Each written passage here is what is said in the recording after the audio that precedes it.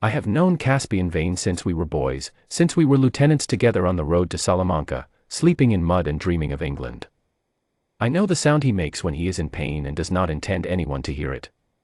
I know how he looks when he is about to do the bravest and most foolish thing of his life.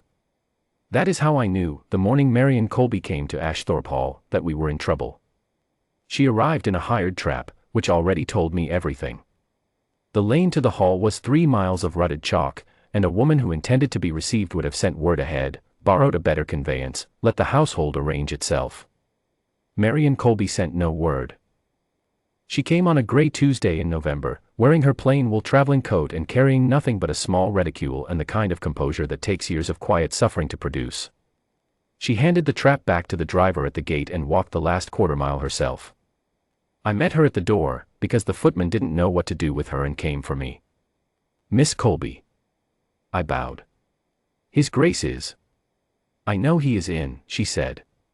Her voice was steady as iron, and just as cold. "I would be grateful for 10 minutes of his time." "I will not require more." I showed her to the blue drawing room, the one Caspian never used, because the light in it was honest and the furniture was not his mother's and it did not carry the weight of the house's history the way the other rooms did. I thought she deserved honest light. She sat down without being asked, folded her hands in her lap, and looked at the window. She had waited 2 years for Caspian Vane. I do not think anyone outside their 2 households knew the nature of what had passed between them before he sailed, but I knew. I had been there the evening before we embarked, standing in a garden in Portsmouth with a glass I wasn't drinking while he said his goodbyes. It wasn't a formal engagement.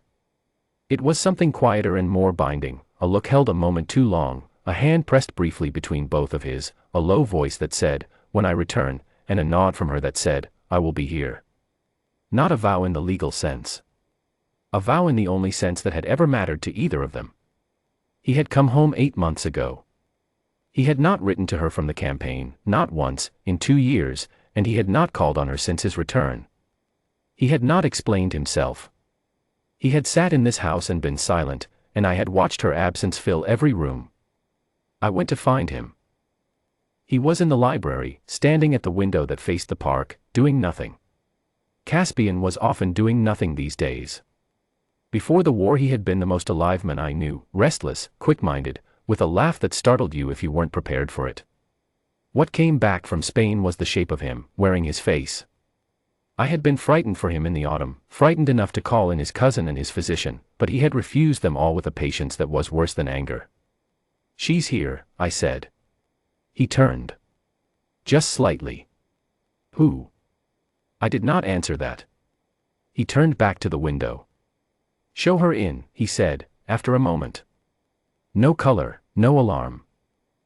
The same flat surface he had presented to the world since May. I left him there and went back to the drawing room. Marion was still in the chair by the window, still composed, though I noticed she had not removed her coat. She did not intend to stay. "He will see you," I told her. She nodded, stood, and followed me down the hall. At the library door I stepped aside. She went in. I pulled the door behind her but did not latch it, not to eavesdrop, but because I knew Caspian, and I was not entirely sure what he might need from the next quarter of an hour. I stood in the hall and stared at the floor. Their voices were low, and I caught only shapes of words, not sentences. Hers was the one I heard more clearly, because she spoke with the careful precision of someone who has practiced what she will say and intends to say it only once. His was almost inaudible, a word here, a word there, the syllables of a man answering only what he could not entirely refuse to answer. Then there was a silence that lasted long enough to make my chest tighten. Then the door opened, and she walked out. She was still composed. That was what struck me, that every line of her was exactly as steady as it had been when she arrived, and if there were tears behind it, she had decided not to spend them here. She looked at me once, a brief direct look that contained no accusation and no request, and then she put her head up and walked back down the hall toward the entrance. "Miss Colby." The words were out of my mouth before I'd decided to say them. She stopped. "He is not," I started, and then stopped myself, because I didn't know how to finish it in a way that was honest. "He is exactly what he appears to be, Colonel Ashby," she said quietly. "I am not leaving in anger. I want you to know that. I am leaving because I will not spend another 2 years making myself small enough to fit inside his silence. He needs someone or something I don't know how to give him, and I hope very much that he finds it." She paused. "Please take care of him." Then she walked out the front door, and I heard her boots on the gravel, and then nothing. I stood there for a moment. Then I went back to the library. Caspian had not moved from the window. But there was something different about the set of his shoulders, a tension in them, a held quality, that had not been there before. He was watching the lane. She must have been at the gate by then, though the lime trees would have hidden her. I said nothing. I had learned, in 8 months, that speaking at the wrong moment only drove him deeper. I poured 2 glasses of brandy and set one on the table nearest to him. I sat down and waited. The afternoon light moved. The fire settled. Outside the windows the park went gray, and then the sky went gray behind it, and still he stood there. At 4:30 he said, without turning, "What did she say to you?" "In the hall." I told him. All of it, exactly as she'd said it. He was quiet for a long time. "She said she was not leaving in anger," he repeated, and something in his voice, some faint raw edge, made me look up. "She wasn't," I said. "She was perfectly." "That is worse." The words came out low and uneven, the first unguarded sound I had heard from him in months.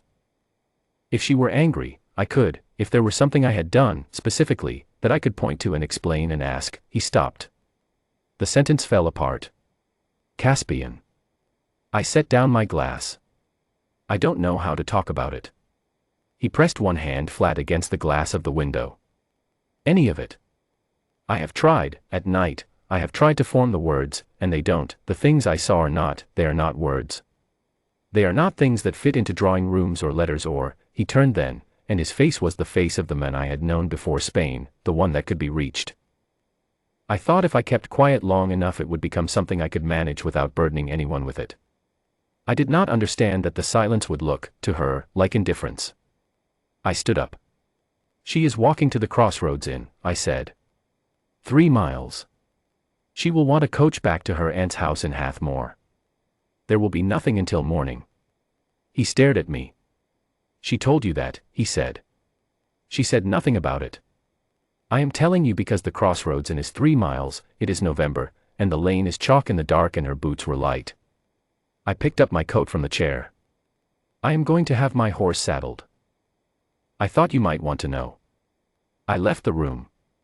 I did not look back. I want to be clear, I did not expect him to follow. I hoped, the way a man hopes for something he has learned not to depend on, the way I had hoped in the last 8 months every morning when I came downstairs and found him in the library and told myself, perhaps today. I saddled my horse and rode down the lane at a walk, slow enough to give him time if he was going to take it. He caught me at the end of the lime alley, riding hard, and passed me without a word. I let him go.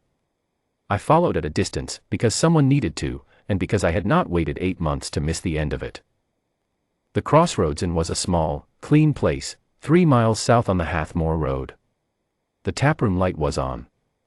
I arrived in time to see Caspian's horse at the post, still blowing, and Caspian himself coming back out the front door with Marion beside him, or rather, not quite beside him yet, but stopped on the step, looking at him with an expression I did not have a word for.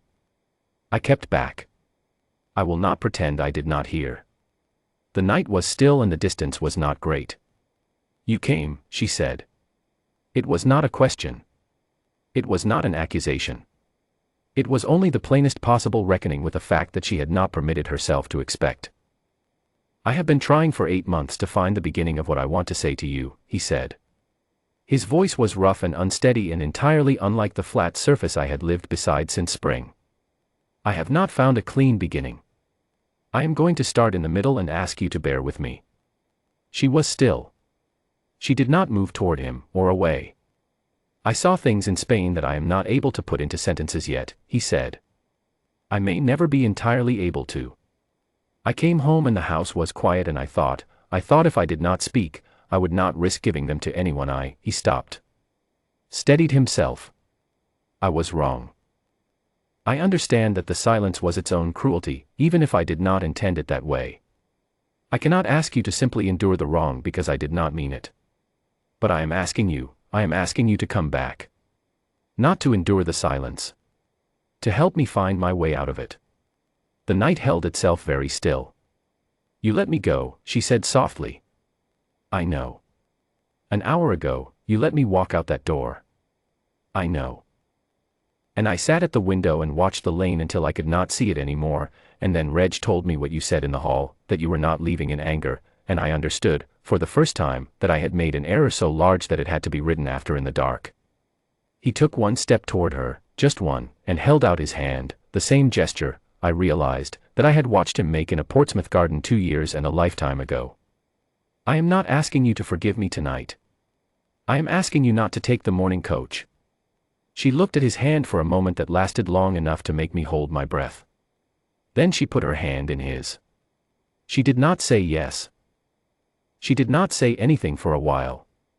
But she did not take the morning coach, and she did not take any coach after that, and by February the announcement was in the papers, and by April she was the Duchess of Ashthorpe, which is not the end of the story, it is, I think, the beginning of the only part that mattered. I was bestman. I cried, discreetly, into my handkerchief, and told no one. Caspian still does not speak easily about what he saw in Spain. But he speaks, to her, mostly, in the evenings, in the small sitting room she chose because the light in it is honest and the furniture is not his mother's. I am told, by no one in particular, that she listens the way she does everything, steadily, without flinching, without requiring him to reach the end of a sentence before she understands what he means. I believe it. I saw it in a Portsmouth garden, and again on a November lane, and again on the step of a coaching inn in the dark. It was always the quietest thing between them, and therefore the most unbreakable. She came to release him. She walked 3 miles in November to give him back his freedom, and she did it with more grace than he deserved. He rode 3 miles in the dark to tell her he did not want it. I think that is the best love story I know.